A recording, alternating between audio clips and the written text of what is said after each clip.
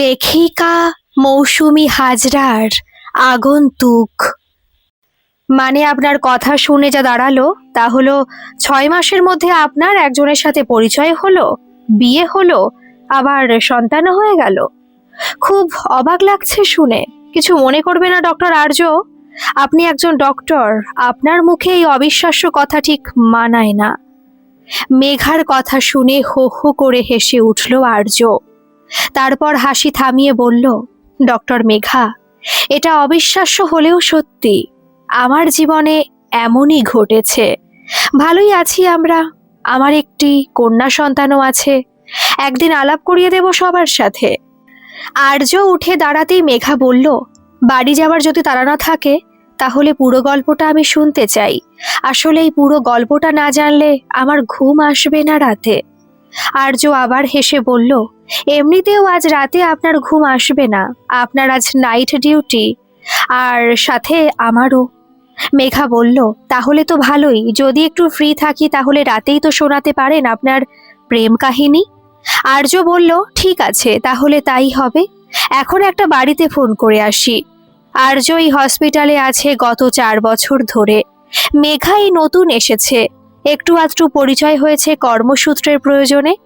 কিন্তু যেদিন থেকে মেঘা শুনেছে আর্য 6 মাসের মধ্যে একজনকে পছন্দ করে বিয়ে করেছে এবং 6 মাসই এক সন্তানের বাবা হয়েছে, সেদিন থেকে তার কৌতূহলী মন বারবার জানতে চেয়েছে আর্যর জীবনের কাহিনী। কিন্তু সেইভাবে সময় হয়ে উঠছিল না। আজ নিজেই আর্যকে একা দেখে ভাব জমিয়েছে কাহিনী শোনার জন্য। রাত্রি প্রায় 12টা। মেঘা একবার রাউন্ড দিয়ে এসে বসেছে নিজের চেয়ারে, আর মনে মনে আর্যর জন্য অপেক্ষা করছে। কিছুক্ষণ সময় পেরিয়ে যাবার পর আর্যকে দূর থেকে দেখতে পেল, হাসতে হাসতে আসছে। আর্য বেশ সুদর্শন পুরুষ, একজন ভালো ডাক্তারও, সারাক্ষণ হাসি খুশি থাকে, রোগীদের ব্যাপারে একদম ধৈর্য হারায় না, ব্যবহারের জন্য সবাই তাকে ভালোবাসে। তবে এক নার্সের কাছে শুনেছে আর্য আগে এমন ছিল না, চুপচাপ, কম কথা বলতো, গম্ভীর ছিল। বেশিক্ষণ তাকিয়ে থাকলো না মেঘা।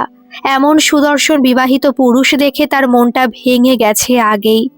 তবুও আর কি করার, বিবাহিত শুনেই সে বেশি আর ঘেঁষেনি আর্যর কাছে। কিন্তু আর্যর ব্যাপারে একটু আধটু জেনে কৌতূহল বশত একটু ভাব জমাতেই হলো মেঘাকে। মেঘা, আপনি খেয়েছেন? হ্যাঁ ডক্টর আর্য, আপনি খেয়েছেন? হ্যাঁ, ডিনারটা রাত্রি 8টার মধ্যেই করে ফেলি, তারপর তো সারা রাত এখন চলতেই থাকবে। এই পেশেন্টকে দেখুন, ওই পেশেন্টকে দেখুন। কথাটা বলেই আবার হেসে উঠল আর্য। মেঘা চোখটা নামিয়ে নিল। এমন সুন্দর হাসি দেখলে যে কেউ ক্রাশ খেয়ে যেতে পারে। মেঘা তারপর বলল, এখন আপনার সময় হবে কাহিনী শোনানোর জন্য? আর্য হাতের ঘড়িটা দেখে বলল, হ্যাঁ, একবার তো রাউন্ড দিয়ে এসেছি, ডাক না পড়লে এখন আর যেতে হবে না, সেই আবার সকালে। তবে আপনার ধৈর্য হবে তো? আসলে কাহিনী কিন্তু অনেক বড়। মেঘার সাথে সাথে বলল, হবে হবে, বলুন। আর্য মুচকি হাসল, তারপর শুরু করলো তার প্রেম কাহিনী। বলতে বলতে হারিয়ে গেল অতীতের পাতায়। দেখুন, আমি এখানে একজনের সাথে দেখা করতে এসেছি, নাম বুম্বা। বাইক অ্যাক্সিডেন্ট হয়েছে, তবে জমে নিয়ে যায়নি, বেঁচে আছে এখনো। আমার বন্ধু হয়, তার সাথেই দেখা করব। দেখুন ম্যাম, এই নামেই হসপিটালে কেউ অ্যাডমিট হয়নি। আরে দেখুন না ভালো করে, এখানে অ্যাডমিট হয়েছে, গায়ের রং শ্যামলা, জিরাফের মতো লম্বা, দেখলেই মনে হবে নেশাখোর। সরি ম্যাম, এইভাবে বর্ণনা দিলেও আমি কোনো হেল্প করতে পারবো না। পাশ থেকে পুরোটা শুনছে আর্য। এই সদ্য এই হসপিটালে এসেছে, এমনিতেই কাজের প্রেশার নিয়ে বেশ ঝামেলায় আছে। একটু ফ্রি হতেই নিচে নেমে এসেছিল। পাশে এমন উত্তেজিতভাবে একজনকে দেখে হেল্প করার জন্য এগিয়ে এলো, কিন্তু যেভাবে উনি বর্ণনা দিচ্ছেন তাতে হাসি পেল আর্যর। নিজের হাসি কন্ট্রোল করে সামনে এগিয়ে গিয়ে বলল, দেখুন ম্যাম, আপনি যেভাবে বলছেন তাতে পেশেন্টকে খোঁজা মুশকিল এত বড় হসপিটালে। আর আমার মনে হয় পেশেন্টের কোনো ভালো নাম আছে। সেটা আপনি বলুন। অন্তরা মাথা চুলকিয়ে বলল, বুম্বা নামেই তো ডেকে এসেছি, ভালো নামটা মনে নেই। আর্য এবার দীর্ঘশ্বাস ফেলে বলল, আচ্ছা কবে অ্যাক্সিডেন্ট হয়েছে? আজ সকালে। আপনি শিওর তো এই হসপিটালে অ্যাডমিট আছে উনি? হ্যাঁ হ্যাঁ, দেখুন আমাকে হোয়াটসঅ্যাপে মেসেজ করে এখানেরই ঠিকানা দিয়েছে, কিন্তু এখন ওর ফোনটা বন্ধ, নয়তো ওকে ফোন করে জেনে নিতাম। আর্য অনিচ্ছা সত্ত্বেও হোয়াটসঅ্যাপের মেসেজের দিকে তাকিয়ে দেখলো তাতে নাম সেভ করা আছে বুম্বা মাংকি বলে। আর্য এবার অন্তরার দিকে তাকালো। মেয়েটাকে স্বাভাবিক বলে মনে হলো না তার। মাথায় কিছু সমস্যা থাকলেও থাকতে পারে। আর কোনো কথা না বাড়িয়ে রিসেপশনিস্টকে বলল, আজ সকালের কোনো অ্যাক্সিডেন্ট কেস ছিল? তিনি কম্পিউটারে দেখে বললেন, হ্যাঁ ডক্টর আছে, নাম বিশ্বজিৎ কুমার, 7 নম্বর বেডে আছেন উনি। সবটা শুনে অন্তরা কিছুটা এগিয়ে গিয়ে আবার ফিরে এলো আর্যর কাছে। ও ডক্টর, আপনি একবার চলুন না আমার সাথে। আমি তো কিছু চিনি না। আর্য নিরুপায়। এই যা মেয়ে, কিছুতেই মনে হয় ছাড়বে না। একবার পেশেন্টের সাথে দেখা করিয়ে দিলে আর কোনো ঝামেলা থাকবে না। তাই বাধ্য হয়ে বলল, চলুন। যেতে যেতে অন্তরা বলল, আপনি গাইনোকোলজিস্ট? আর্য বলল, না, আমি জেনারেল ফিজিশিয়ান। অন্তরা তখন বলল, ও আচ্ছা। আর্য তখন বলল, কেন বলুন তো, আমাকে দেখে এমন মনে হওয়ার কারণ কি? অন্তরা হেসে বলল, না, এমন হ্যান্ডসাম মেয়েদের ডক্টর হলে তো কথাই নেই। আর্য মনে মনে ভাবল, এই মেয়ের সত্যিই মাথায় সমস্যা আছে। অন্তরা বলল, আমি অন্তরা, আমি একজন ফটোগ্রাফার। আপনার নাম কি? আর্য গাম্ভীর্য নিয়ে বলল, আমার নাম আর্য চৌধুরী। নিন, চলে এসেছি আপনার পেশেন্টের কাছে। দূর থেকে দেখে চিনতে পারলো অন্তরা। এই তো গাধাটা। ওখান থেকে চিৎকার করে বলল, ওই বুম্বার বাচ্চা, বেঁচে আছিস? চল ট্রিট দে। আর্য বলল, আস্তে আস্তে, এটা হসপিটাল। অন্তরা জিভ কেটে বলল, ও সরি সরি, আসলে বন্ধু ভালো আছে দেখে একটু বাড়াবাড়ি করে ফেলেছি, সরি সরি। আর অনেক ধন্যবাদ আপনাকে। কথাটা বলেই অন্তরা এগিয়ে গেল। পেছন থেকে আর্য ডেকে বলল, আপনার বন্ধুর নাম বিশ্বজিৎ, নামটা আশা করি এবার মনে থাকবে। অন্তরা পেছন ফিরে বলল, হ্যাঁ ভুলেই গিয়েছিলাম, গাধাটার নাম বিশ্বজিৎ। আর্য আবার বলল, গাধা হলে হোয়াটসঅ্যাপে নামের পাশে মাংকি সেভ করা কেন? আর তখন রিসেপশনিস্টকে বলছিলেন আপনার বন্ধু জিরাফের মতো লম্বা। একটা মানুষের মধ্যে এতগুলো প্রাণী থাকে কিভাবে? কথাটা বলেই আর্য হেসে চলে গেল। কিছুটা গিয়ে খেয়াল হলো, ওর মতো গম্ভীর ছেলেকেও মেয়েটা হাসিয়ে দিল। মেয়েটার মধ্যে নিশ্চয়ই কোনো জাদু আছে।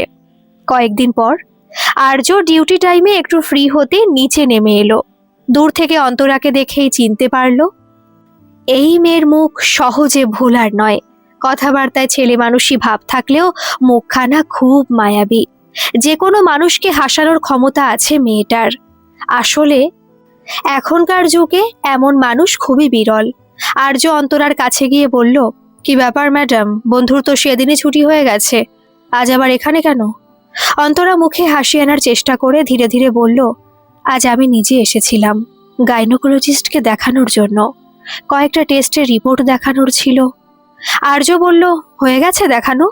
অন্তরা বলল, হ্যাঁ হয়ে গেছে, আসলে মাথাটা একটু ঘুরে গিয়েছিল, তাই একটু এখানে বসলাম। আর্য বলল, সে কি, আপনি ঠিক আছেন তো? বিপি চেক করিয়েছেন? অন্তরা বলল, হ্যাঁ করিয়েছি, আসলে এই সময় এমন হয়, আমি প্রেগনেন্ট। আর্য বলল, ও আচ্ছা, তা আপনার সাথে কেউ আসেনি? অন্তরা আবার ধীরে ধীরে বলল, না, এবার যাই, আমি কাজ আছে আমার, কয়েকটা ফটো তুলতে হবে। আর্য সাথে সাথে বলল, কিন্তু এখন এই অবস্থায় একটু রেস্ট নিলেই তো পারতেন। অন্তরা বলল, এখন রেস্ট নিলে হবে না, কাজ করতে হবে, এই তো 4 মাস, ধীরে ধীরে কাজ করলে সমস্যা হবে না, আসি আর্যবাবু। অন্তরা চলে যেতেই গাইনোকোলজিস্ট অরুন্ধতী আর্যকে ডেকে বলল, ডক্টর আর্য, একবার শুনবেন? আর্য কাছে গিয়ে বলল, হ্যাঁ বলুন। আপনি চেনেন মেয়েটিকে, যার সাথে কথা বলছিলেন? না না, সেভাবে পরিচিত নই আমরা। কেন, কি হয়েছে বলুন তো? ওনার শরীরের যা কন্ডিশন, তাতে বেবি নেওয়ার জন্য খুবই ঝুঁকিপূর্ণ ব্যাপার। বাড়ির কাউকে নিয়ে আসেননি উনি। কার সাথে কথা বলবো বুঝতে পারছি না। আমার মনে হয় বাড়ির ব্যাপারে উনি কিছু লুকোচ্ছেন। হাজবেন্ডের ফোন নম্বর চাইলাম, কিছুতেই দিল না। আপনি এই কথাগুলো আগে বললেন না কেন, যখন উনি ছিলেন? আপনারা কথা বলছিলেন তাই ডিস্টার্ব করিনি। আর্য ছুটে বাইরে বেরিয়ে গিয়ে দেখলো সেখানে অন্তরা নেই। মনটা কেমন যেন করে উঠল। কতই বা বয়স হবে মেয়েটির, বড়জোর 24-25। মনে মনে ভাবল, যেভাবেই হোক মেয়েটিকে খুঁজে বের করতেই হবে। দুপুরের পর থেকে জ্বরটা আর নেই আর্যর, তবে মনটা কেমন যেন বিষণ্ণ। সারাদিনের বৃষ্টির পর বিকেলে মেঘের গুমোট ভাব এখনো রয়ে গেছে, হয়তো আরো বৃষ্টি হবে। এইভাবে বসে থাকতে ইচ্ছে করছিল না আর, তাই গাড়ি নিয়ে বেরিয়ে পড়ল আর্য। কিছুক্ষণ পর ঝমঝম করে আবার বৃষ্টি নামলো। গাড়ির ভিতর থেকে ঝাপসা অথচ অন্তরাকে দেখে চিনতে পারলো আর্য। এই মেয়েটাকে তো গত 1 মাস ধরে খুঁজছিল সে। কাজের ফাঁকে ফাঁকে গাইনোকোলজিস্ট অরুন্ধতির কাছে গিয়ে খবর নিয়েছিল আর্য অন্তরা আর চেক আপে এসেছিল কিনা, কিন্তু অরুন্ধতির কাছে অন্তরা আর আসেনি। আর একটুও দেরি করলো না আর্য। অন্তরার কাছে গিয়ে আর্য বলল, এইভাবে ভিজছেন কেন, গাড়িতে উঠে আসুন। অন্তরা হঠাৎ করে আর্যকে দেখে কিছুক্ষণ অবাক হয়েছিল। হয়তো প্রথমে চিনতে অসুবিধা হয়েছিল, তারপর চিনতে পেরেই বলল, ও ডক্টর যে, আপনি এখানে কি করছেন? আর্য বলল, সব কথা গাড়িতে বলাও যাবে, আপনি উঠে আসুন। অন্তরা সাথে সাথে বলল, আর আপনি ব্যস্ত হবেন না, এখনই আমি কোনো গাড়ি পেয়ে যাব। আর্য এবার কিছুটা রাগ দেখিয়ে বলল, আপনি আসবেন নাকি আমি গাড়ি থেকে নামবো? অন্তরা আর কথা বাড়ালো না, গাড়িতে এসে চাপলো। তারপর আর্য গাড়ি স্টার্ট করে এগিয়ে গেল। অন্তরা বলল, উফ, দেখলেন তো আপনার গাড়ির সিট কেমন ভিজে গেল আমার জন্য। আমি বললাম তো তখন আমি কোনো না কোনো গাড়ি পেয়ে যেতাম। আর্য অন্তরার কোনো কথায় পাত্তা না দিয়ে বলল, শরীর কেমন আছে এখন? অন্তরা বলল, ঠিক আছে, তবে মাঝে মধ্যে মাথাটা খুব ঘোরায় আর পুষ্টিকর খাবার দেখলে বমি আসে, তবে ফাস্ট ফুড দেখলে সেটা হয় না। এখন তো 6 মাস চলছে, একটু একটু করেও নড়াচড়া অনুভব করতে পারি। কথাটা বলি অন্তরা পেটে হাত দিয়ে মনে মনে হাসলো। সেটা খেয়াল করলো আর্য। এখনই অন্তরার সাথে কথা বলা ঠিক হবে না, আগে ওর হাজবেন্ডের সাথে কথা বলতে হবে। কিছুক্ষণ থেমে আর্য বলল, বাড়ির ঠিকানাটা দিন, আপনাকে পৌঁছে দেব। অন্তরার সাথে সাথে বলল, না না, এখনই বাড়ি যাব না, আমার এখনো ফটোশুটের কাজ আছে, বাড়ি ফিরতে রাত হয়ে যাবে। সামনে শপিং মল আছে, তার অপোজিট সাইডে দাঁড়িয়ে যাবেন। আর্য অন্তরার কথা না শুনে সোজা গিয়ে শপিং মলের কাছে এসে দাঁড়ালো। অন্তরা অবাক হয়ে বলল, এখানে দাঁড়ালেন কেন? আর্য কোনো কথা না বলে গাড়ি থেকে নেমে অন্তরার কাছে এসে গাড়ির দরজা খুলে নামতে বলল। অন্তরা অবাক হলো ঠিকই, কিন্তু আর্যর কথা মতো নেমে গেল। তারপর আর্য বলল, যেমন বলবো তেমন করবেন, কোনো প্রশ্ন করবেন না। শপিং মলে ঢুকে আর্য একটা ঢিলেঢালা পোশাক খুঁজছিল যা অন্তরার পরতে স্বাচ্ছন্দ্য হবে। সেরকমই একটা পেয়ে অন্তরাকে বলল, যাও চেঞ্জ করে এসো। অন্তরা আর কোনো কথা না বলে আর্যর কথা মতো ড্রেস চেঞ্জ করে এলো। তখন আর্যর বিল পেমেন্ট করা হয়ে গেছে। 2টো কফি নিয়ে বসেছে দুজনে। আর্য বলল, আপনার হাজবেন্ডের নাম্বারটা একবার দিন, এমনি একটু পরিচয় করব। অন্তরা সাথে সাথে বলল, আসলে ও একটু ব্যস্ত আছে, এক কাজ করুন, কাল এই সময় এখানে আসুন, আমিও আমার হাজবেন্ডকে নিয়ে আসব, পরিচয়টা হয়ে যাবে। আর্য মুখে বলল, ঠিক আছে, কিন্তু অন্তরার বডি ল্যাঙ্গুয়েজ যেন আর্যর কাছে কেমন লাগলো, কিছু একটা লুকোচ্ছে মেয়েটা। কিন্তু অরুন্ধতির কথা মতো এই বাচ্চাটা নিতে গেলে অন্তরার জীবনের ঝুঁকি আছে। 6 মাস হয়ে গেছে, এখন কিছুই করা যাবে না। তবে হাজবেন্ডের সাথে কথা বলে দেখতে হবে, নিশ্চয়ই কিছু একটা পথ বেরোবে। কিন্তু অবাক করা বিষয় হলো, অন্তরা রিপোর্টের ব্যাপারে সব জানে, তাও বিন্দুমাত্র ওর মধ্যে কোনো টেনশন বা ভয় নেই। সুন্দর কাজ করে যাচ্ছে। আরও কয়েকবার অন্তরার হাজবেন্ডের ব্যাপারে জানার চেষ্টা করলো আর্য, কিন্তু প্রতিবার অন্তরা খুব স্মার্টলি কথা ঘুরিয়ে দিল। অন্তরার কথা মতো সঠিক জায়গায় পৌঁছে দিয়ে আর্য অনেক আগেই ফিরে গেছে বাড়িতে। বারবার মনে হচ্ছে অন্তরা কিছু লুকোচ্ছে, যা জানতেই হবে আর্যকে। এমনিতেও কাল তো দেখা হচ্ছে ওর হাজবেন্ডের সাথে। হসপিটালে গিয়ে আগে অরুন্ধতির সাথে দেখা করলো আর্য। অরুন্ধতিকে জানালো অন্তরার ব্যাপারে। অরুন্ধতির সাথে সাথে বললেন, গ্রেট জব ডক্টর আর্য, অন্তরার হাজবেন্ডের সাথে দেখা করাটা খুবই জরুরি। অন্তরার প্রেগনেন্সি জটিলতার মাঝে আরও একটা সমস্যা হলো ওর RH নেগেটিভ, যার জন্য ওর হাজবেন্ডের ব্লাড টেস্ট খুব জরুরি। যদি ওরা অন্য কোথাও টেস্ট করিয়ে নিয়েছে বা অন্তরাকে অন্য কোথাও দেখিয়েছে, সেক্ষেত্রে আমাদের করণীয় কিছু নেই, তবে যদি না করিয়ে থাকে তাহলে অবশ্যই করতে হবে। আর্য বলল, আমি যথাসাধ্য চেষ্টা করব, তবে আমার কেন যেন মনে হচ্ছে অন্তরা কিছু লুকোচ্ছে আমাদের কাছে। আমি ওর হাজবেন্ডের কথা জানতে চাইলাম, আরও বারবার সেটা এড়িয়ে গেল। অরুন্ধতী বললেন, সেদিন আমিও চেষ্টা করেছিলাম, আমার সাথেও তাই করেছে, আপনি প্লিজ ব্যাপারটা একটু দেখুন। আর্য মাথা নাড়ল। নির্দিষ্ট সময় মতো আর্য চলে এসেছে, কিন্তু অনেকক্ষণ দাঁড়িয়ে থাকার পরও অন্তরা এলো না। প্রায় 2 ঘন্টা থাকার পরও এলো না। পরের দিনও আর্য এলো, সেদিনও অন্তরা এলো না। আর্যর এবার ধৈর্যর বাঁধ যেন ভেঙে গেল। খুব রাগ হলো অন্তরার উপর। যেখানে অন্তরাকে নামিয়েছিল সেখানে গিয়ে খোঁজ নিয়েও কিছু জানতে পারল না। রাগ হতাশা নিয়ে বাড়ি ফিরে এলো আর্য। কেটে গেল আরো কয়েকটা দিন। এর মাঝে একদিন ডক্টর অরুন্ধতী আর্যর কাছে এসে সবটা শুনে বলল, আমাদের তাহলে করার কিছু নেই। হতে পারে ওরা অন্য কোথাও দেখিয়েছে। এই অবস্থায় তো ফেলে রাখা যাবে না। হয়তো আমরা এই কেসটা নিয়ে একটু বেশি ভাবছি। আসলে এমন জটিলতা আমি আর কোনো পেশেন্টের মধ্যে পাইনি, তাই মনটা যেন কেমন লাগছে। আর্য কিছুক্ষণ চুপ থাকার পর বলল, কয়েক মাস আগে ওর এক বন্ধু এখানে অ্যাডমিট হয়েছিল। রিসেপশনিস্টকে বলে যদি তার ঠিকানাটা বের করতে পারি তাহলে কিন্তু অন্তরার খোঁজ পাওয়া যাবে।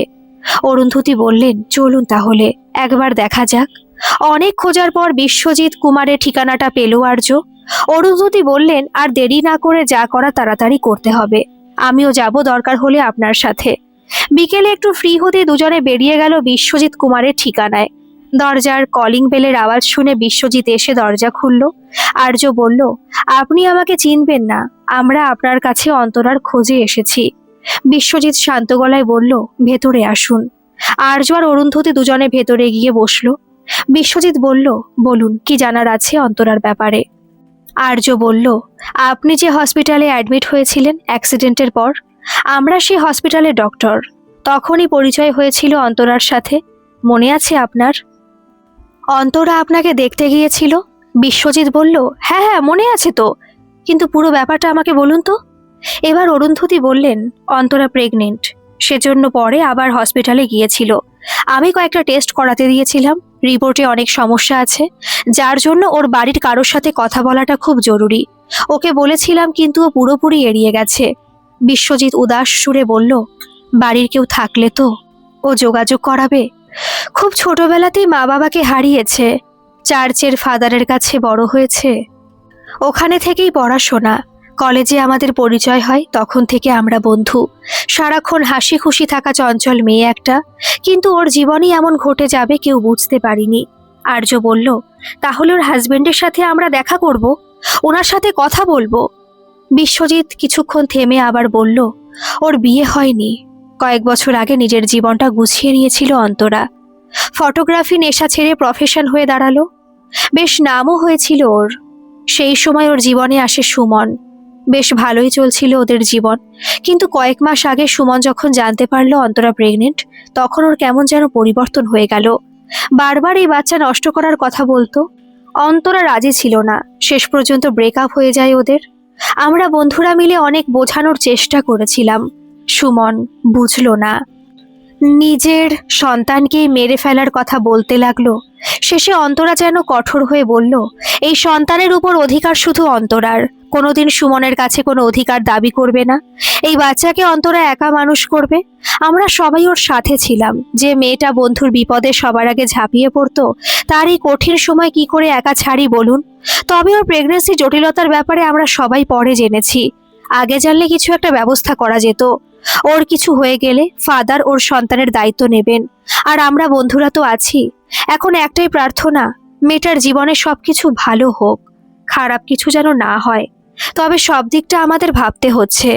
এমন জেদি মেয়ে যে একটা কথা শোনে না, এই অবস্থাতেও কাজ করে যাচ্ছে।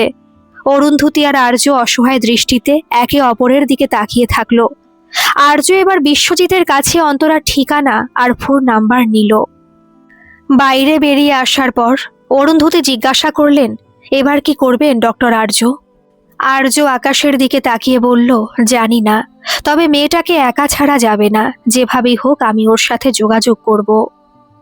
বিশ্বজিতের দেওয়া ঠিকানায় গাড়ি নিয়ে পৌঁছলো আর্য। আগে থেকে বিশ্বজিতের কাছে জেনে নিয়েছে এই সময় অন্তরা থাকবে কিনা। গাড়ি এসে বাড়ির কাছে থামতেই সামনেই কিছু আন্টিরা বসে গল্প করছেন। গাড়ি দাঁড়াতে দেখেই চুপ করে তাকিয়ে থাকলেন তারা। আর্য মনে মনে ভাবল, অন্তরার সাথে অন্তরার মতো করে মিশতে হবে। এই 3 বার দেখাতেই আর্যর মনে হয় সে অন্তরাকে পুরোটা চিনে নিয়েছে। এতটাও কঠিনও ছিল না যদিও। অন্তরার বাচ্চাদের মতো হাবভাব, কথাবার্তা, তবে পরোপকারীও। আবার কঠোর আর জেদি। কিছুক্ষণ ভেবে নিয়ে গাড়ি থেকে নেমে ফোনটা বের করে অন্তরাকে ফোন করলো আর্য। এদিকে আন্টিরা নিজেদের মধ্যে কি যেন বলাবলি করছিলেন।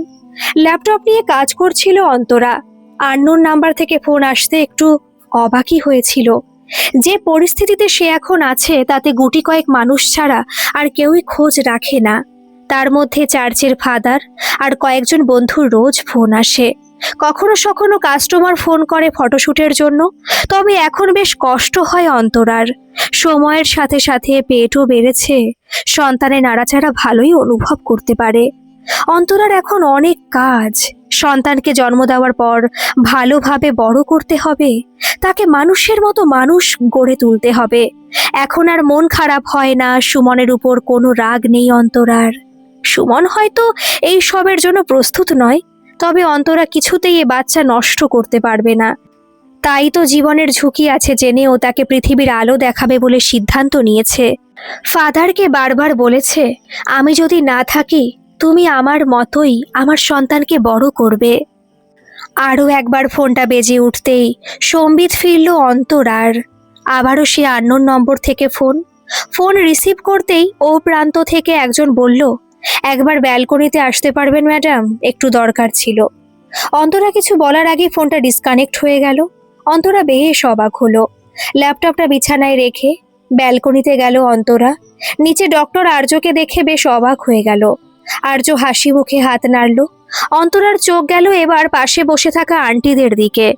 এমনিতে তাদের এখন হট টপিক অন্তরা। অন্তরার গর্ভে কার বাচ্চা আছে এই নিয়ে তাদের চিন্তার শেষ নেই। এই অবস্থায় ডক্টর আর্যকে দেখে তাদের টপিকে আরও স্পাইসি মশলা অ্যাড করা যাবে। এই ভেবেই অন্তরা হেসে বলল, কি ব্যাপার ডক্টর আর্য, আপনি আমার প্রেমে পড়লেন নাকি? আজ একেবারে বাড়ি অবধি চলে এলেন। আর্য হেসে বলল, কি করব বলুন, আপনাকে দেখার পর রাতের ঘুম উড়ে গেছে। দিনরাত শুধু আপনার কথা ভেবে ভেবে পাগল হয়ে যাচ্ছি। এই রোগের ট্রিটমেন্ট এবার আপনাকেই করতে হবে। অন্তরা হো হো করে হেসে বলল, কিন্তু ডক্টর তো আপনি। আর্য বলল, ডক্টর নিজের ট্রিটমেন্ট নিজে করতে পারবে না। দুজনে কিছুক্ষণ একে অপরের দিকে চেয়ে রইল। তারপর আর্য বলল, দরজাটা খুলবেন, একটু কথা ছিল। অন্তরা হাসি মুখে বলল, আসুন। আন্টিরা কিছুই বুঝতে পারলেন না, অবাক হয়ে চেয়ে রইলেন। এদিকে আর্য একবার তাদের দিকে তাকিয়ে চশমাটা খুলে অন্তরার বাড়ির দরজার কাছে গেল। অন্তরা ধীরে ধীরে নিচে নামার সময় ভাবল, ডক্টর আর্য কিভাবে তার ঠিকানা পেল? এতদূর যখন এসেছেন নিশ্চয়ই তিনি অন্তরার ব্যাপারে সবটুকু জেনে গেছেন। কিন্তু উনি কেন এমন করছেন? কি উদ্দেশ্য ওনার? অন্তরা দরজাটা খুলতেই আর্য বলল, 2 কাপ চা বানা তাড়াতাড়ি। অন্তরা অবাক হয়ে বলল, 2 কাপ? আর্য বলল, হ্যাঁ 2 কাপ, তোর আর আমার। সেদিন আমাকে আসতে বলে নিজে বেপাত্তা। আচ্ছা চল ছাড়, আমি বানাচ্ছি। কিচেনটা কোন দিকে? অন্তরা তখনও অবাক হয়ে তাকিয়ে আছে আর্যর দিকে। আর্য আবারও বলল, কিচেনটা কোন দিকে? অন্তরা হাতের ইশারা করে বোঝালো, মুখে কিছু বলল না। আর্য বলল, ওকে তুই চুপ করে এখানে বস, আমি চা বানিয়ে নিয়ে আসছি। আর হ্যাঁ, মুখটা বন্ধ কর, নয়তো মাছি ঢুকে যাবে। আর্য চা বানাতে গেল। অন্তরা নিজেকে চিমটি কেটে দেখলো এইসব সত্যি নাকি স্বপ্ন। কিছুক্ষণের মধ্যে আর্য চা বানিয়ে নিয়ে এসে বসলো অন্তরার কাছে। অন্তরাকে 1 কাপ চা দিয়ে বলল, দেখ তো কেমন বানিয়েছি, চিনি দিনি। এই সময় তোর চিনি খাওয়া ঠিক নয়। অন্তরা আর্যর দিকে তাকিয়ে বলল, কেন করছেন এমন? আর্য অন্তরার কথায় পাত্তা না দিয়ে বলল, কাল সকালের দিকে নিতে আসবো, ডক্টর অরুন্ধতির কাছে নিয়ে যাব চেক আপের জন্য। পালাবার চেষ্টা করিস না, যেখানে যাবি সেখান থেকে খুঁজে তোকে বের করব। অন্তরা হাউ হাউ করে কেঁদে উঠল। আর্য অন্তরার আরো একটু কাছে গিয়ে বসলো। তারপর বলল, আমি বিশ্বজিতের কাছে গিয়েছিলাম, ওখান থেকে তোর ঠিকানা আর ফোন নাম্বার পেয়েছি। আমি ওর কাছে সবটা জেনেছি। আমি তোকে জাজ করছি না অন্তরা, তুই যে ডিসিশনটা নিয়েছিস সেটা আমি রেসপেক্ট করছি। তবে তোকে বুঝতে হবে সব পুরুষ এক নয়। তোর আর কোথাও পালাবার পথ নেই। আমি তোকে ছাড়ছি না। তোর এই জার্নিটাতে আমাকে সাথে নিবি? আমি জানি না আমি কেন এমন করছি, এমন তো পাগলামি আমি কোনোদিন করিনি। এই যে হঠাৎ একজন অপরিচিতকে এতটাই কাছের মনে হচ্ছে যে আমি সোজা আপনি থেকে তুই করে বলছি। আমি জানি তুই ভীষণ স্ট্রং, তোর কাউকে প্রয়োজন নেই, তবু আমি তোর পাশে থাকতে চাই। তোর এই জার্নিটা আরো সুন্দর করে তুলতে চাই। আমাকে রাখবি প্লিজ? অন্তরা কান্না ভেজা গলায় ধীরে ধীরে বলল, রাখবো, যে কোনো বাহানায় এই ছেড়ে যাওয়ার যুগে কেউ থাকতে চাইলে তাকে ফিরিয়ে দিতে চাই, এটা আমাকে ফাদার বলেছেন। দুজনেই হাসছে। এই সুন্দর মুহূর্ত দেখার মতো কেউ নেই, তবুও সাক্ষী থাকলো এই বিকেল, এই চায়ের কাপ দুটো। চা শেষ করে আর্য বলল, চল রেডি হয়ে নে, একটু ঘুরে আসি। এই প্রথম অন্তরা আর নিজেকে আটকে রাখতে পারলো না, আর্যর কাছে যেন নিজেকে মেলে ধরলো। আর্য কাপ দুটো নিয়ে বেসিনে গিয়ে বলল, একদম আঁটো ড্রেস পরবি না, ঢিলেঢালা কিছু পরিস, যেটাতে তুই আর বাবু দুজনেই কমফোর্টেবল ফিল করবি। অন্তরা রেডি হয়ে এসে বলল, চলো আজ আমাকে ফুচকা খাওয়াবে, অনেকদিন খাইনি। অন্তরার হাসি মুখটা দেখে কিছুক্ষণ আর্য তাকিয়ে থাকলো, যেন একটা গাছ বৃষ্টির জল পেয়ে সবুজ আর সতেজ হয়েছে। আর্য মনে মনে ভাবলো, এই মেয়েটা অনেক কিছু একা সামলেছে, এবার ওর দুনিয়ার সব আনন্দ সুখ দেখার পালা, ওকে আর কষ্ট পেতে দেওয়া যাবে না। অন্তরার হাতটা ধরে গাড়ির কাছে নিয়ে গেল আর্য। আন্টিদের নজর তখনও ওদের দিকে। আর্য সেদিকে আর না তাকিয়ে গাড়ি স্টার্ট করে বেরিয়ে গেল। গাড়ির স্পিড একদম কম, অন্তরা সেটা বুঝতে পারলো। তারপর নীরবতা ভেঙে অন্তরা বলল, তুমি তো আমার জন্য বদনাম হয়ে গেলে ওই আন্টিদের কাছে। আর্য হেসে বলল, তাহলে হব, কি করি বল, তোর মতো বন্ধুর জন্য এটুকু সহ্য আমি করে নেব। কথাটা বলা মাত্রই দুজনে আবার হেসে উঠল। এইভাবেই কেটে গেল আরো কয়েকটা দিন। এই কটা দিনে আর্য আর অন্তরার বন্ধুত্ব আরো গভীর হয়েছে। অন্তরা এইটুকু বুঝতে পেরেছে, আর্য কোনো স্বার্থ ছাড়াই তার জীবনে এসেছে। ডক্টর অরুন্ধতী অন্তরার চেক আপের পর আর্যকে জানালেন, বেবি ঠিক আছে, কিন্তু অন্তরার ওভারিতে যে টিউমার আছে সেটা নিয়ে ভয় থেকেই যায়। আর্য বলল, সেরকম হলে ওভারি বাদও তো দেওয়া যাবে বেবি হওয়ার পর। অরুন্ধতী বললেন, রিস্ক আছে, ব্লিডিং এর পরিমাণ বেড়ে গেলে তখন কিছু করা যাবে না। আপাতত এখন ওকে খুব সাবধানে থাকতে হবে, সব থেকে বড় কথা ওকে হাসি খুশি রাখতে হবে। কিন্তু ওর ব্যাপারে যেটুকু শুনলাম তাতে ওকে একা থাকতে হয়, এই সময় মোটেই ওকে একা রাখা যাবে না। এতদিন সেইভাবে ও কোনো চেক আপ বা ট্রিটমেন্টের মধ্যে ছিল না। যদি প্রথম থেকে ব্যাপারটা ধরা পড়তো তবুও আমি যথাসাধ্য চেষ্টা করতাম। এখন চান্স অনেকটাই কম। আমাদের ডক্টরদের অনেক বদনাম হয়, কিন্তু পেশেন্ট যদি প্রথম থেকে রোগের ট্রিটমেন্ট না করায় তাহলে অনেক সময় আমাদের হাতে কিছুই করার থাকে না। তবে আমি সব রকম চেষ্টা করব অন্তরার জন্য। আমি আরো সিনিয়র ডক্টরদের সাথেও কথা বলবো। কিছুক্ষণ পর বিশ্বজিতের ফোন এলো আর্যর ফোনে। ফোনে বিশ্বজিতের কথা শুনে ভয় পেয়ে গেল। অরুন্ধতী শুধু এটুকু বুঝতে পারলো, অন্তরা বাথরুমে পড়ে গেছে। অন্তরার যখন জ্ঞান ফিরল তখন দেখলো আর্য তার পায়ের কাছে বসে আছে। হয়তো সারা রাত জেগে থাকার জন্য ভোরের দিকে একটু ঘুমিয়ে গেছে, তাই চেয়ারে বসে থাকা অবস্থায় অন্তরার বেডে মাথা নামিয়ে রেখেছে। এখন কি ডাকা ঠিক হবে? না থাক, একটু এইভাবেই চোখ বন্ধ করে থাকুক। কি যে হয়ে গিয়েছিল নিজেই মনে করতে পারছে না অন্তরা। হঠাৎই কেমন যেন অন্ধকার হয়ে গেল, তারপর আর কিছু মনে নেই।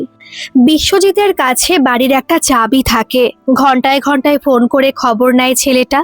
হয়তো ফোনে না পেয়ে সোজা বাড়ি চলে এসেছিল। পেটে হাত দিয়ে কিছু অনুভব করতে চাইলো অন্তরা, বাচ্চাটা ঠিক আছে তো। আর্যর ঘুমটা ভাঙতেই দেখলো অন্তরার জ্ঞান ফিরে এসেছে। হাসি মুখে বলল, গুড মর্নিং। অন্তরা বলল, সারা রাত আমার জন্য কত কষ্ট হলো বলো। আর্য বলল, কই না তো, কষ্ট কেন হবে, আর তুই এত বেশি ভাবিস বলেই এমন হলো। বিপি এত হাই হলো কিভাবে? নিজের না হোক বাচ্চাটার কথা ভাব। এবার থেকে আমি যা বলবো তাই করবি, অনেক হয়েছে তোর। অন্তরা মনে মনে হাসতে লাগলো। আজ যদিও ম্যারেড হতো, সমাজে এই বাচ্চার বাবার পরিচয় থাকতো, কত মানুষ মাথায় হাত বুলিয়ে বলতো, মা এটা করলে বাচ্চার ভালো হবে, এটা করো না, বাচ্চার ক্ষতি হবে। কিন্তু এই পরিস্থিতিতে বলার কেউ নেই, গুটি কয়েক বন্ধু ছাড়া, যদিও তারা বেশিরভাগই পুরুষ। সেদিন আর্য ঠিকই বলেছিল, সব পুরুষ এক নয়। বিশ্বজিৎ চলে এসেছে খাবার নিয়ে। অন্তরাকে সুস্থ দেখে বলল, উফ কি ভয় খাইয়ে দিয়েছিলি মাইরি, এখনো মনে পড়লে আমার হাত পা ঠান্ডা হয়ে যাচ্ছে। ভাগ্যিস আর্যদার ফোন নাম্বারটা ছিল, নয়তো কি যে হতো। অন্তরা একবার মুচকি হাসি দিয়ে আর্যর দিকে তাকালো, তারপর বলল, আমার আর ভয় নেই, আমি না থাকলেও আমার বাচ্চা অনেক মা পাবে। কথাটা শোনা মাত্রই আর্য আর বিশ্বজিৎ একে অপরের দিকে তাকালো। গাড়ি থেকে নামতেই পাশের বাড়ির আন্টিরা সবাই দেখা করতে এলেন। অন্তরা বেশ অবাকই হলো। কেউ কেউ ধমকের সুরে বললেন, এই সময় কেউ এত স্ট্রেস নেয়। কেউ কেউ বললেন, খাবার দাবার কেমন খাচ্ছে কে জানে। ওনারাই অন্তরাকে ধরে বাড়িতে নিয়ে গেলেন। এই প্রথম অন্তরা যেন এত ভালোবাসা পেল। কান্না আসছে, কিন্তু সেটা আড়াল করার চেষ্টা করছে। যদিও সেটা আর্য ভালো করেই বুঝতে পারছে। এই কদিনে যেন আর্য মেয়েটার মায়ায় বেশ জড়িয়ে পড়েছে। আর্য দুনিয়ার সব খুশি অন্তরাকে এনে দিতে চায়। অন্তরার খুশিতে যেন তার ভালো লাগা জড়িয়ে আছে। সেই প্রথম দেখা থেকে আজ অবধি অন্তরার প্রতি একটা অনুভূতি কাজ করছে। সেটা কি শুধুই বন্ধুত্ব নাকি অন্য কিছু? এই অবস্থায় নিজের কথাগুলো বললে অন্তরা বুঝবে। অন্তরা ডাকে সম্বিত ফিরল, তারপর বলল, বল। অন্তরা হেসে বলল, কি ভাবছো? আর্য বলল, কই কিছু না তো। ফোনটা বেজে উঠল, স্ক্রিনে ডক্টর অরুন্ধতির নাম্বার। অন্তরা থেকে একটু সরে গিয়ে ফোনটা রিসিভ করলো আর্য। অরুন্ধতী বললেন, এখন কিছুতেই অন্তরাকে একা রাখা যাবে না, কিন্তু 24 ঘন্টা ওর দেখাশোনা করবে এমন মানুষই তো নেই। আর্য বলল, আমি সব ম্যানেজ করে নেব। অন্তরার কাছ থেকে সবাই চলে যেতেই আর্য বলল, ফ্রেশ হয়ে নে, আমি এখানেই আছি। তোর সব দরকারি জিনিস আমি প্যাকিং করছি। অন্তরা অবাক হয়ে বলল, আমি কোথায় যাব? আর্য অন্তরার ওষুধগুলো দেখতে দেখতে বলল, আমার বাড়িতে থাকবি। অন্তরা বলল, তা হয় না আর্য, আমি আর তোমার উপর বোঝা হতে চাই না। তাছাড়া তোমারও একটা জীবন আছে। আমাকে তোমার বাড়িতে নিয়ে গেলে সবাই নানা রকম কথা বলবে, আমি চাই না আমার জন্য তোমার কোনো বদনাম হোক। আর্য এবার রাগী চোখে তাকিয়ে বলল, তোকে এত ভাবতে কে বলেছে? তোকে যা বলছি তুই শুধু তাই কর। অন্তরা উত্তেজিত হয়ে বলল, কিছুতেই না, আমি আর তোমার জীবনে বোঝা হতে চাই না। এইভাবে দুজনের কথা কাটাকাটিতে হঠাৎ করে অন্তরা থেমে গিয়ে পেটে হাত দিয়ে বসে পড়ল। আর্য অন্তরার কাছে গিয়ে বলল, কি হয়েছে অন্তরা, তুই ঠিক আছিস তো? সরি সরি, আমার মাথা ঠিক ছিল না, তোর সাথে জোর গলায় কেমন কথা বলছিলাম, ভুলেই গিয়েছিলাম তোর শরীরটা ভালো নেই। অন্তরা কিছু না বলে আর্যর হাতটা তার পেটের কাছে রাখতেই আর্য চমকে উঠল। বাচ্চাটা নড়ছে, যেন বলতে চাইছে, তোমরা ঝগড়া করছো কেন? আমি যে তোমাদের সাথে আছি সেটা কি ভুলে গেছো? এই অনুভূতিটা যে কত সুন্দর তা বলে বোঝানো যাবে না। যারা এটা অনুভব করেছেন তারাই শুধু জানেন। আর্যর চোখে জল, ধীরে ধীরে বলল, আমাকে বিয়ে করবি অন্তরা? আমি জানি তোর কাউকে দরকার নেই, কিন্তু আমার প্রয়োজন তোদেরকে। আমি এই অল্প সময় তোদের অনেক আপন করে নিয়েছি। আমাকে একটু অধিকার দে না, যাতে আমি জোর গলায় বলতে পারি, এই সন্তান আমারও। অন্তরা কাঁদতে কাঁদতে বলল, আমাকে দয়ায় রেখো না, আমি দয়ার পাত্রী হয়ে থাকতে চাই না। আর্য এবার অন্তরার গাল দুটো ধরে বলল, একদম দয়া করছি না আমি। আমি দয়া করার কে? আমি শুধু তোর মনে আমার একটা জায়গা করতে চাইছি। বাচ্চাটা যখন হাঁটতে শিখবে আমি আমার আঙুলটা বাড়িয়ে দিতে চাইছি। তোর এই সুন্দর জার্নিটা থেকে শুরু করে যতদিন প্রাণ থাকবে ততদিন সাথে রাখতে চাই। আমাকে ফিরিয়ে দিস না। আমি অনেক ভেবেছি, তারপর সিদ্ধান্ত নিয়েছি, কোনো আবেগ বা দয়া করে নয়। 1 মাস পর রেজিস্ট্রি ম্যারেজ অফিসে হাজির আছে অরুন্ধতী, বিশ্বজিৎ আর কিছু অন্তরার আর্যর বন্ধু। আর অন্তরাকে যিনি বড় করেছেন সেই ফাদার। সকলে যেন ভীষণ খুশি। আর্য অন্তরার হাত ধরে ঢুকলো অফিসে। অরুন্ধতী অন্তরাকে দেখে বুঝতে পারছেন মেয়েটার শরীর এবং মন দুদিক দিয়েই ভালো আছে। অন্তরার মুখের হাসি যেন ভেজালহীন। রেজিস্ট্রি ম্যারেজ হয়ে গেল। আর্যর ফোনে একটা ফোন আসতেই আর্য বলল, একটু পরেই যাচ্ছি। অন্তরা জিজ্ঞেস করলো, কয়েকবার আমরা কোথায় যাব? আর্য ততবারই হেসে বলল, সারপ্রাইজ। ফাদার অনেক আশীর্বাদ করলেন ওদের। আর্যকে কিছুক্ষণ বুকে জড়িয়ে রেখেছিলেন তিনি। তারপর আর্য, অন্তরা, বিশ্বজিৎ আর ডক্টর অরুন্ধতী গেলেন অন্তরার বাড়িতে। অন্তরা একটু অবাকই হলো, কারণ সেই 1 মাস আর্যর বাড়িতে ছিল। হঠাৎ করে আবার ওর বাড়ি যাওয়ার কারণ সে জানে না। গাড়ি এসে বাড়ির কাছে থামতেই অন্তরার পাশের বাড়ির আন্টিরা উলুধ্বনি দিতে লাগলেন। সকলে অন্তরাকে প্রাণ ভরে আশীর্বাদ করলেন। অন্তরার এখন 9 মাস চলছে, তাই নিয়মানুযায়ী এই মাসেই অন্তরার স্বাদ। আন্টিরা নিজেদের মতো রান্নাবান্না করেছেন। অন্তরাকে বসিয়ে সব খাবার সাজিয়ে দিলেন। লাল শাড়িতে অন্তরাকে আরো যেন সুন্দর লাগছে। আর্য যেন এক মুহূর্তের জন্য চোখ সরাতে পারছে না। তার জীবনে এই প্রথম ভালোবাসার বসন্ত এসেছে। অরুন্ধতী বললেন, খুব গর্ব হচ্ছে আপনার জন্য ডক্টর আর্য, এত সুন্দর একটা সিদ্ধান্ত নেওয়ার জন্য। আপনাদের ভালোবাসা সারা জীবন অটুট থাকুক। কি ভাবছিস? কিছু না তো, বললেই আমি শুনে নেব। বল কি ভাবছিস? একটা সম্পর্কে নাম থাকা খুবই আবশ্যক। দেখো, আমার বাড়ির পাশের আন্টিদের ব্যবহার কেমন পাল্টে গেল।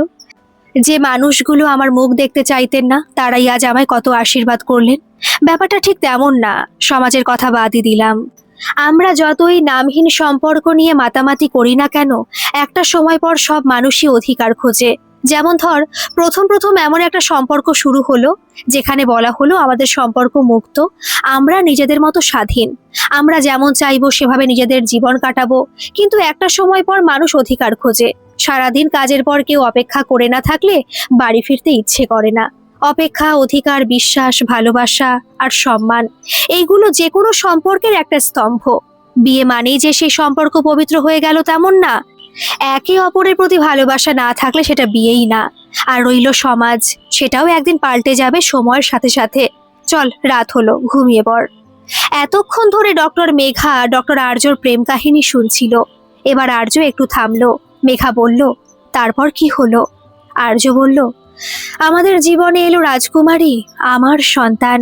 উঠি এবার, ভোর হয়ে এলো, আবার রাউন্ডে যেতে হবে। মেঘার মন তখনও ভরেনি। নিশ্চয়ই এরপরে আরো কিছু হয়েছিল যেটা ডক্টর আর্য এড়িয়ে গেল। না, মেঘাকে জানতেই হবে। দুপুরে কলিং বেলের আওয়াজে দরজা খুলল আর্য। সামনে দাঁড়িয়ে আছে মেঘা। বেশ অবাক হয়ে বলল, আপনি আমার বাড়িতে? মেঘা বলল, আসলেই রাস্তা দিয়ে যাচ্ছিলাম, ভাবলাম আপনার অন্তরাকে একবার দেখে যাই। আর্য হেসে বলল, ও এই ব্যাপার, আসুন ভেতরে। আর্য জলের গ্লাসটা নামিয়ে ডাকলো অন্তরাকে। রুম থেকে বেরিয়ে এলো একটি 3 বছরের বাচ্চা মেয়ে। আদো আদো গলায় বলল, আমায় ডাকছো কেন? আর্য বলল, এই আন্টিটা তোমায় দেখতে এসেছেন, আন্টিকে হ্যালো বলো। বাচ্চা মেয়েটি তখন মিষ্টি গলায় বলল, হ্যালো আন্টি। মেঘা অবাক হলেও মুখে হাসি নিয়ে বলল, হ্যালো বেটা, কি নাম তোমার? বাচ্চা মেয়েটি বলল, আমার নাম অন্তরা। কথাটি বলেই কোলে থাকা পুতুলটিকে দেখিয়ে বলল, এবার আমি যাই, মিমিকে ঘুম পাড়াতে হবে। মেঘা ঘাড় নাড়ল।